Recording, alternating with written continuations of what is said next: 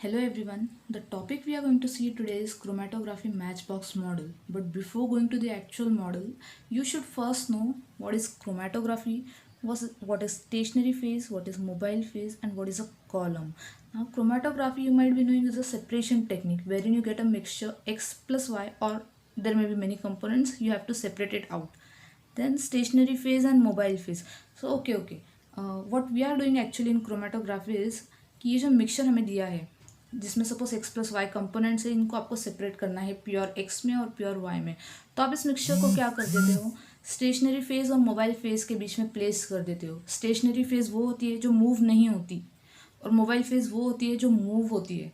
तो stationary phase लगा देगा रिटार्डिंग फोर्स और आपका मोबाइल फेज लगाने वाला है मूविंग फोर्स और ड्राइविंग फोर्स। तो आप ऐसा कह सकते हो कि मिक्सचर के ऊपर एक टग ऑफ वॉर होने वाला है।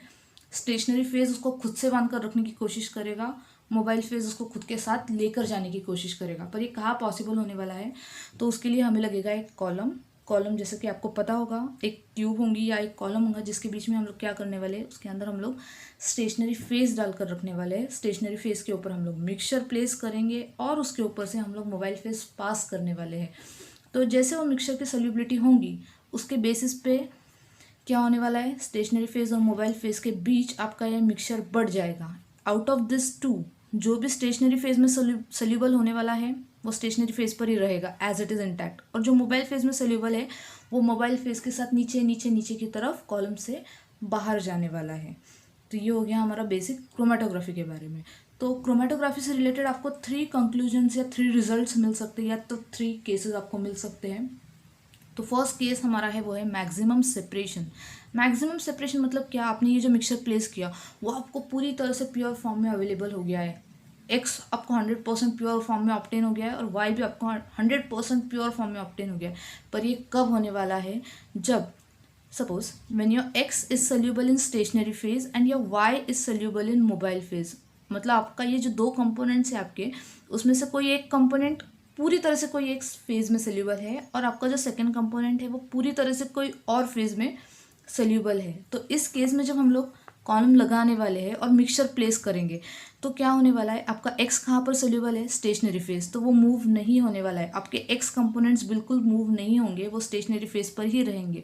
और आपका जो वाई कंपोनेंट है वो है आपका मोबाइल फेज में सोल्यूबल। तो जैसे ही आप मोबाइल फेज ऊपर से पोर करोगे आपका वाई कंपोनेंट जो है वो मोबाइल फेज में सोल्यूबल होकर उसके साथ नीचे नीचे नीचे की तरफ जाने वाला है और वो आपको क्या होने वाला है, कॉलम के बाहर आइसोलेट होने वाला है। तो इस तरह से आपको क्या मिल रहा है, मैक्सिमम सेपरेशन।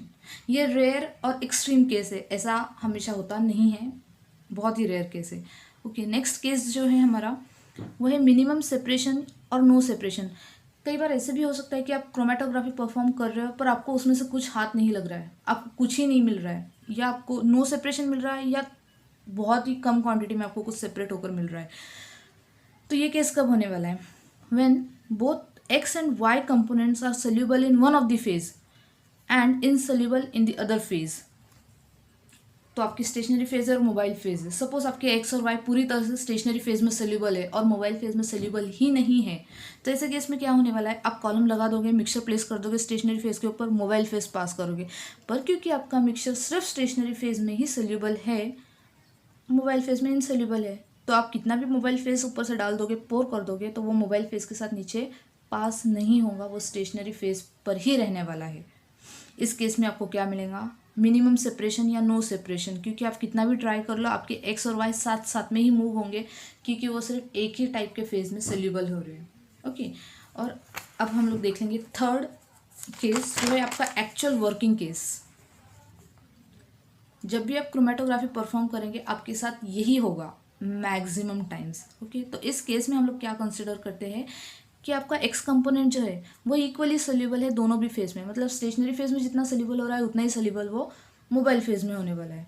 और आपका वाई कंपोनेंट जो है वो 25% सोल्यूबल हो रहा है स्टेशनरी फेज में, 75 सोल्यूबल हो रहा है मोबाइल फेज में। मतलब स्टेशनरी फेज में उसकी सोल्यूबिलिटी कम है 75%, या तो ज़्यादा सोल्यूबिलिटी उसकी मोबाइल फेज में है। तो अब यहाँ पर बातें परसेंटेज की आ रही है, तो लेट्स सी परसेंटेज के फॉर्म में आपको जो यूज़ करना है। इस पार्ट के लिए थोड़ा सा कैलकुलेशंस है, आपको टेबल वगैरह ड्रॉ करना पड़ेंगे, कॉलम्स ड्रॉ करना पड़ेंगे, पर बहुत ही ईजी है, हम लोग उसको देख लेंगे। तो परसेंट की बात हो रही है 25, 50, 75, 100। तो इजी है, 25 आपका फर्स्ट पार्ट है 100 में से, ओके, 2, 3, 4।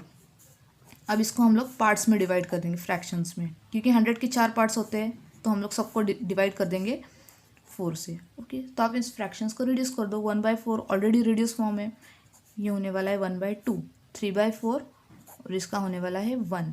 तो आपके जो फ्रैक्शंस आपको दिमाग में रखने हैं, 25% के लिए 1/4, 50 के लिए 1/2, 75 के लिए 3/4 और 100 के लिए आपको लगेगा पूरा 1। तो ये फ्रैक्शंस आप याद कर लो, बहुत ही ईजी है।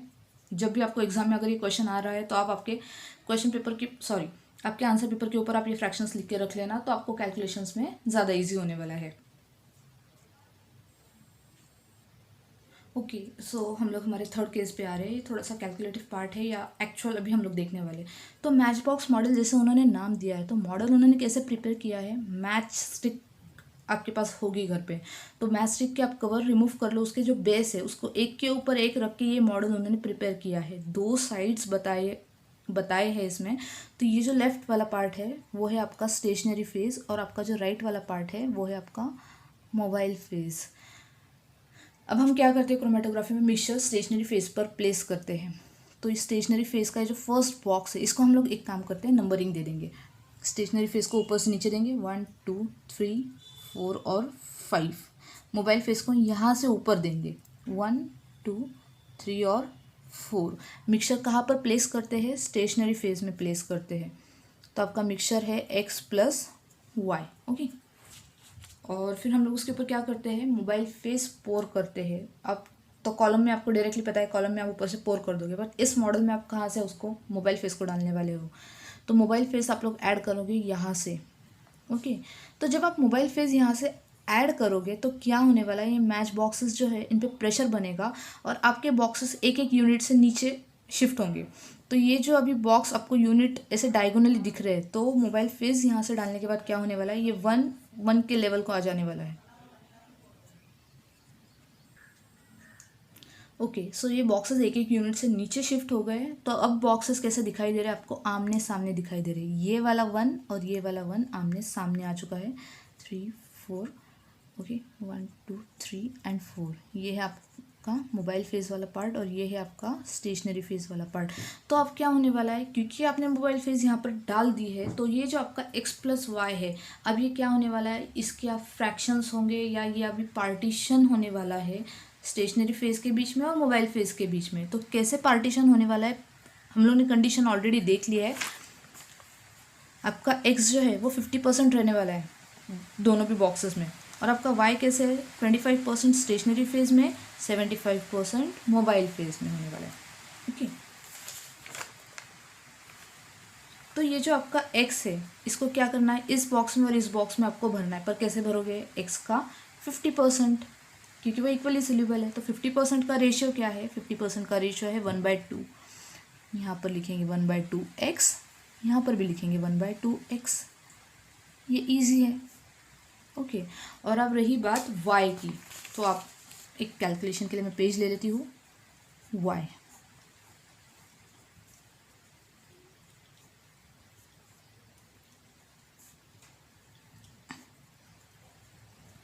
तो y कैसे स्प्लिट होने वाला है, 25% स्टेशनरी फेज, 75% मोबाइल फेज। अभी तो y के आगे कुछ नहीं है, मतलब 1 ऐसे कंसिडर कर ले। तो 25% का रेशियो क्या है, 1/4। 75% का रेशियो क्या है, 3/4। तो इसको उठा के हम लोग एज इट इज़ लिखने वाले हैं। तो कहाँ पर लिखेंगे, स्टेशनरी फेज के बॉक्स में हम लोग लिखेंगे 1/4। तो ये आपका हो गया 1/4 y, और ये साइड पे होने वाला है 3/4 y, ओके। ये आपने सक्सेसफुली फर्स्ट स्प्लिट कर लिया है। अब हम लोग क्या करने वाले, और मोबाइल फेस डालने वाले। और मोबाइल फेस डालने के बाद क्या होने वाला है, आपके बॉक्सेस जो है वो एक एक यूनिट से नीचे शिफ्ट हो जाएंगे, ओके। तो इसको हम लोग कर लेते हैं शिफ्ट। ये नंबर्स तो अनचेंज रहने वाले।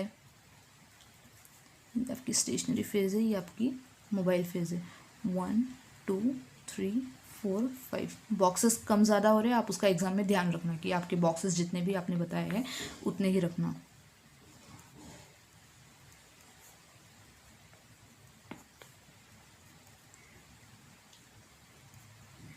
क्योंकि आपके बॉक्सेस जब एक एक यूनिट यहाँ से नीचे शिफ्ट हो गए तो आपको कुछ ऐसा डायग्राम देखने को मिलेगा। ऐसा डायग्राम बोलने से मेरा मतलब है कि आपको यहाँ पर गैप्स क्रिएट हो गए हैं। तो अब ये गैप्स को हमें क्या करना है, भरना है। तो गैप्स को हम कैसे भरेंगे, आड़े टेढ़े मेढ़े ऐसे हम लोग कुछ भी भरने वाले नहीं हैं। आपको सीधे सीधे क्या करना है, आपको आमने सामने देखना है गैप्स फिल करने के लिए, आमने सामने आमने सामने। ओके, और यहाँ पर ये ऐसे आमने सामने हम लोग स्प्लिट करेंगे। तो स्प्लिट किसको करना है, अब ये जो फ्रैक्शन आपके पास है इसी को हम लोग स्प्लिट करेंगे और दोनों बॉक्सेस में भर के लिख देंगे। तो ये जो पहला फ्रैक्शन है इसके लिए मैंने आगे ऑलरेडी एक डायग्राम बना ली है, उसको मैं सिर्फ नंबर्स दे देती हूँ।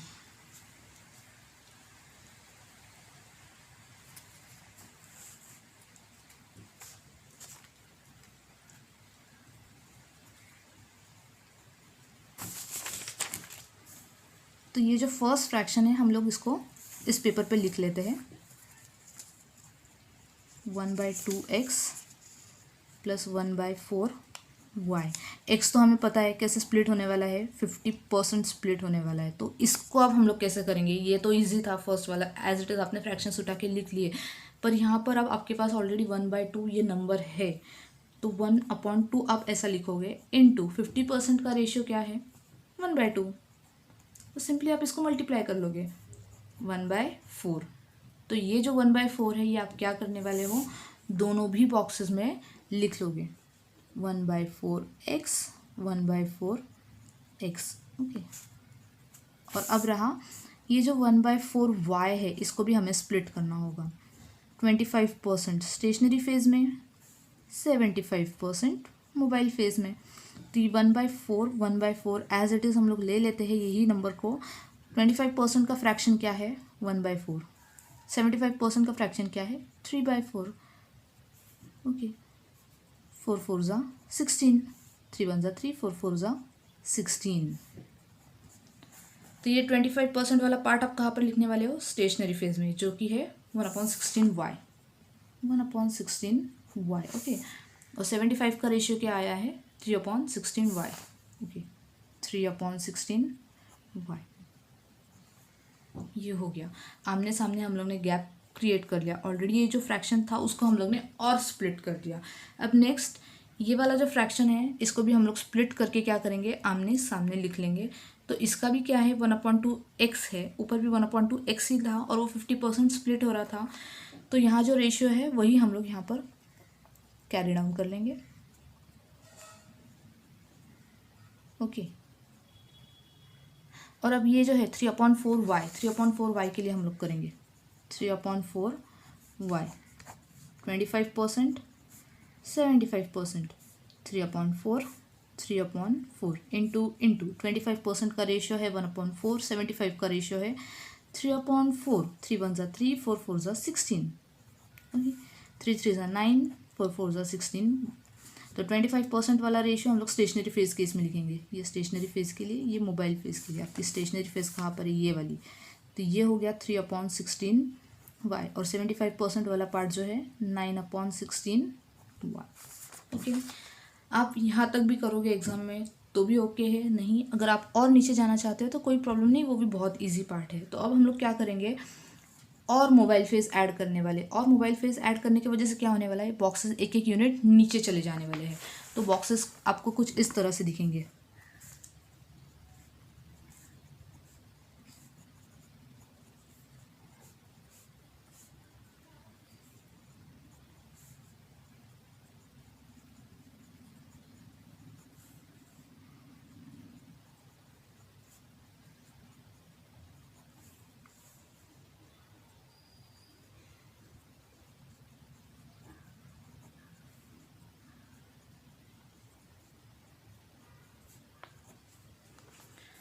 ओके, मोबाइल फेज ऐड करने के बाद जब बॉक्सेस एक एक यूनिट नीचे शिफ्ट हुए तो कुछ ऐसा हम लोग को दिखाई दे रहा है।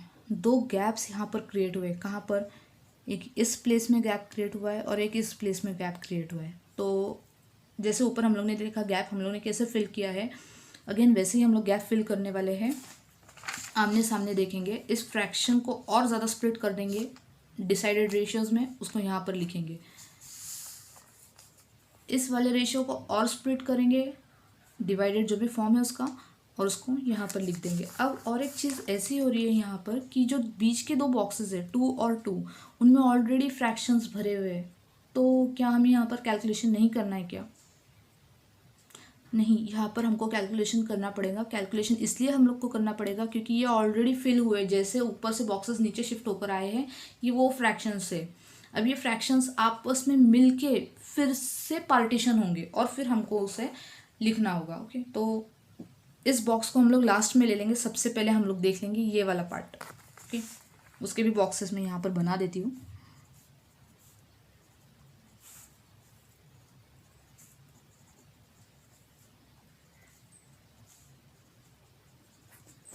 ये वाला फ्रैक्शन हम लोग पहले देख लेंगे, 1/4x प्लस 1/16y।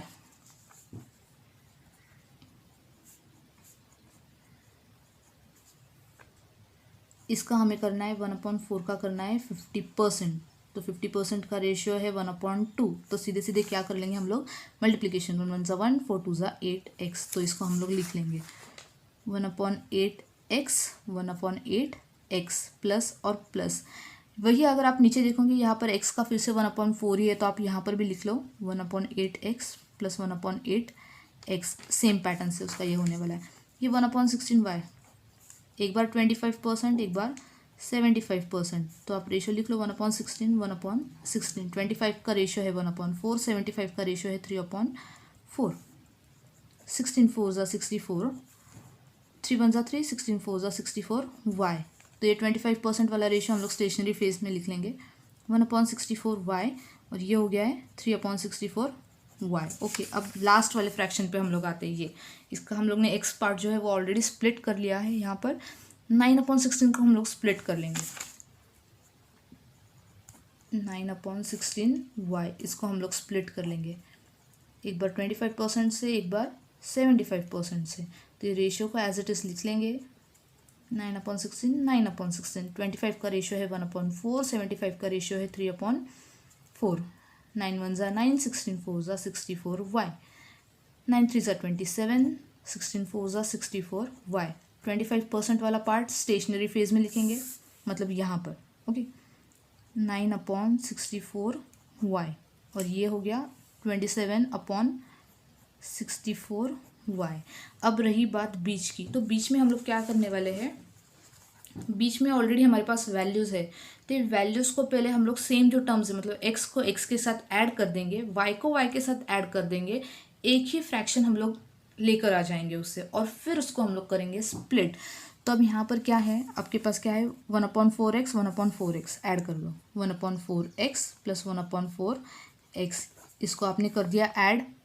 अब ये वाला फ्रैक्शन 3/16y प्लस 3/16y, तो इसको भी हम लोग ऐड कर देंगे, सॉरी y, 3/16y 3/16y। तो अब एडिशन के केस में क्या होता है, अगर आपका डिनोमिनेटर सेम है तो आप आमने सामने डायरेक्टली एडिशन कर सकते हो। तो इसका फ्रैक्शन, सॉरी, डिनोमिनेटर सेम है तो हम लोग कॉमन ले रहे हैं, 1 + 1 2, ये साइड से आ गया। वापस यहीं पर वही केस है, डिनोमिनेटर सेम है तो हम लोग ने 16 16 ले लिया है, 3 + 3 = 6। अब ये जो फ्रैक्शन आपको मिला है, इसको आप क्या करने वाले हो, जो हमारा डिसाइडेड फॉर्म है उसमें आप इसको स्प्लिट करने वाले हो। ये 2/4 जो है, ओके, 2/4x, x को हम लोग कैसे करते हैं, 50%। 50% का रेशियो क्या है, 1/2। ओके, 2 और 2 कट हो गए, तो आपको क्या मिल रहा है, 1/4x। अब ये जो 1/4 आया है वो आप क्या करने वाले हो, दोनों भी साइड पे लिख लोगे, 1/4x 1/4x। ओके, प्लस और प्लस। ये जो 6/16y है, इसको आप दो तरह से स्प्लिट करने वाले हो, एक 25% के लिए और एक 75% के लिए। तो 25 के लिए 6/16, 75 के लिए भी 6/16, सिर्फ रेशियोज इनके डालेंगे। 25 का है 1/4, 75 का है 3/4। ओके, मल्टीप्लाई करेंगे, 6 1 ज़ा 6, 16 4 ज़ा 64, 6 3 ज़ा 18, 16 4 ज़ा 64। ओके, y और y, ये अब हम लोग लिख लेने वाले हैं।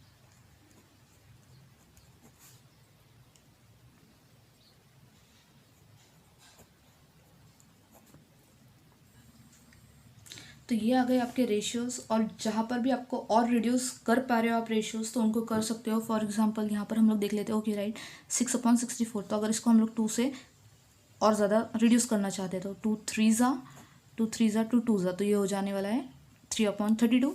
यहाँ पर 2 9 ज़ा 2 3 ज़ा 9/32। सो ये रेशियो हम ऐसे भी लिख सकते हैं 1/4x प्लस 3/32y, और इस साइड 1/4x प्लस 9/32y।